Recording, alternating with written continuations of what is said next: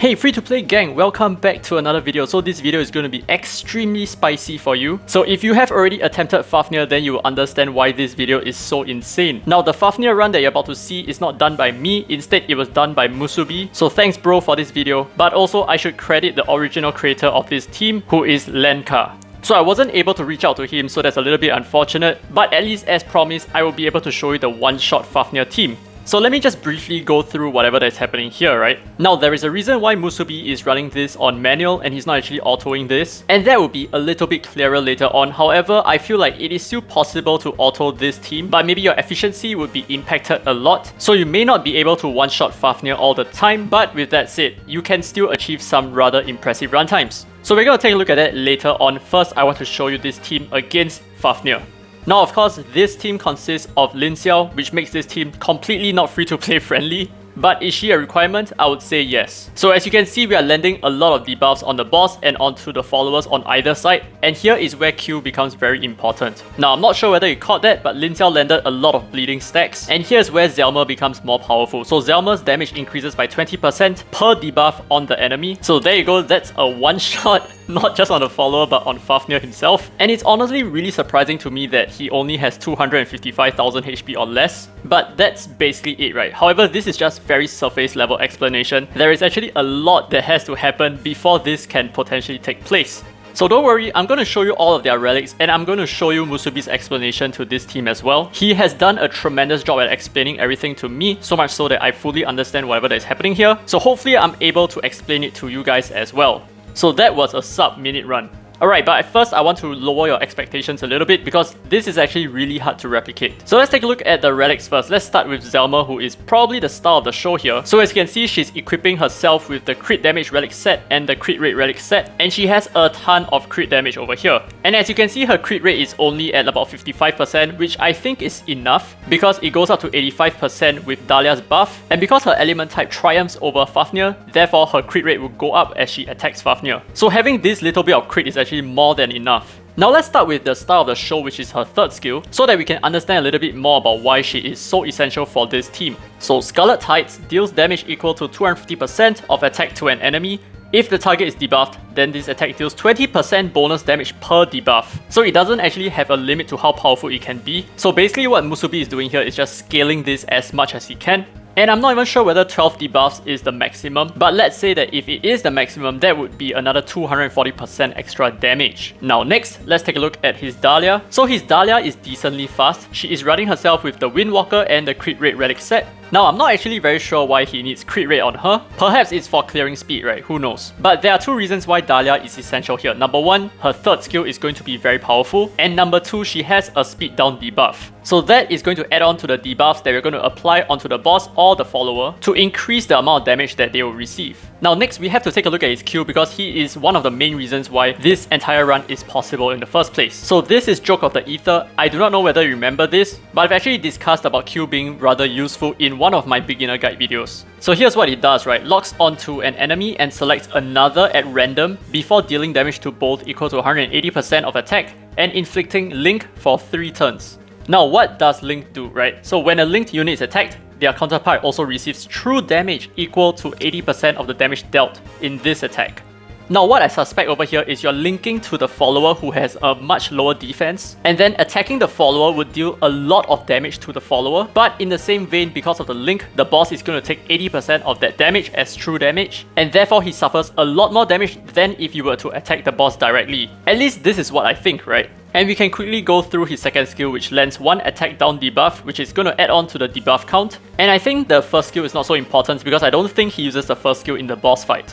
Next, we're going to take a look at Lu Yi. Now, I've talked about Lu Yi before and he is very powerful for Fafnir, but he has so much more value now because of the number of bleeding stacks that he can apply onto Fafnir or the follower. But let's take a look at his skill 1 first. It lands Sear for 2 turns. Now Sear increases the damage that the target receives by 25%, so this is going to be super huge. We can also take a look at his second skill, but it's not so important for the Fafnir fight. This is more important for the first 2 waves. Now as I was talking about this earlier, this is his third skill that inflicts 9 hits at random, but it does have a 60% chance of inflicting a single bleeding stack. So potentially there can be 9 debuffs.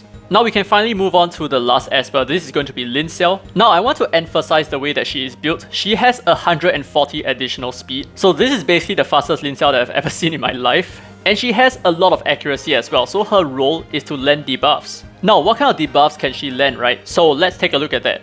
Now her first skill has Disease, but this is not going to be so important because she's not going to be using her normal attack. So we're actually going to focus more on her second and third skill. Now this is the big one, deals damage to an enemy equal to 230% of attack, adding 2 bleeding stacks that last for 2 turns. If this hit is a crit, then you inflict another 2 more bleeding stacks that last for another 2 turns. What this means is that if you land a crit, you're going to land 4 bleeding stacks. But if she only has 35% crit rate, how can she guarantee a crit, right? Now this is where her third skill comes into play. This is Light of the Tiger, her famous skill. So before her third skill actually lands, she grants 3 stacks of Tiger Raw onto herself, and she deals damage to everyone with an 80% chance of inflicting speed down and defense down for 2 turns. Now what does Tiger Raw do? Crit rate goes up to 100% during the next attack. So essentially on a 3 turns cooldown, you're going to have 3 different attacks that will be guaranteed crits, and this even includes Light of the Tiger itself. Now that is how you crit on your second skill. Now let's talk to the pro himself and figure out how this team works. Because we kinda get the puzzle pieces, but we don't really know how to piece the puzzle together, right?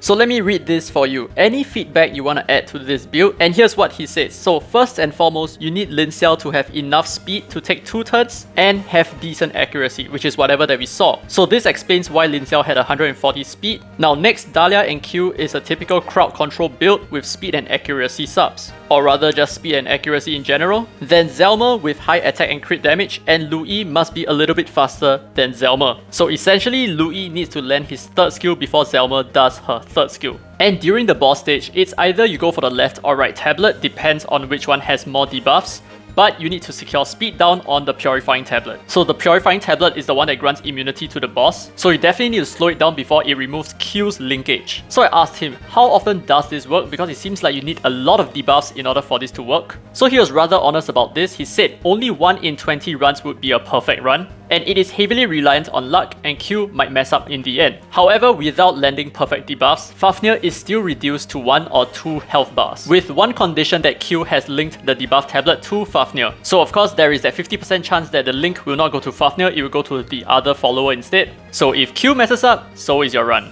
So this is entirely not recommended for farming, so you can breathe a sigh of relief. You do not need all these espers, and you definitely do not need to follow this build. This is just for fun basically. So he goes on to describe some of his worst experiences about this and how doing this was really depressing for him. So I really thank you so much, Musubi, for sharing this video with me, and I thank you so much for devoting just 30 minutes of your time. That means a lot to me, and I'm extremely sorry for what you have to go through just for me to showcase this video.